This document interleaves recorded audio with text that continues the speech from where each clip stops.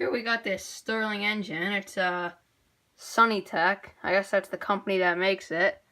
It's got a generator. It's powering a generator, which is powering this light bulb.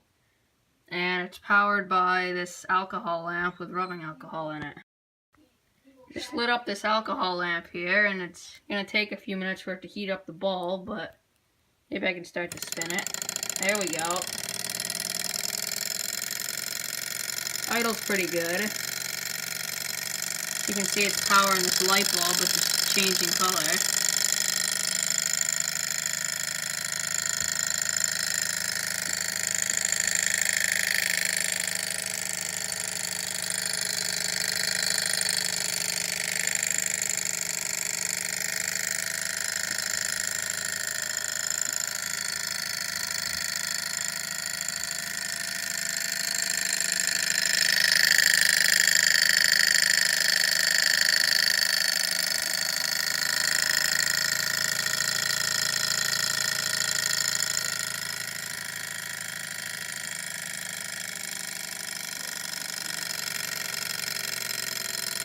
And since that alcohol lamp just went out for some reason, it's going to slow down because there's no more heat getting to the bulb.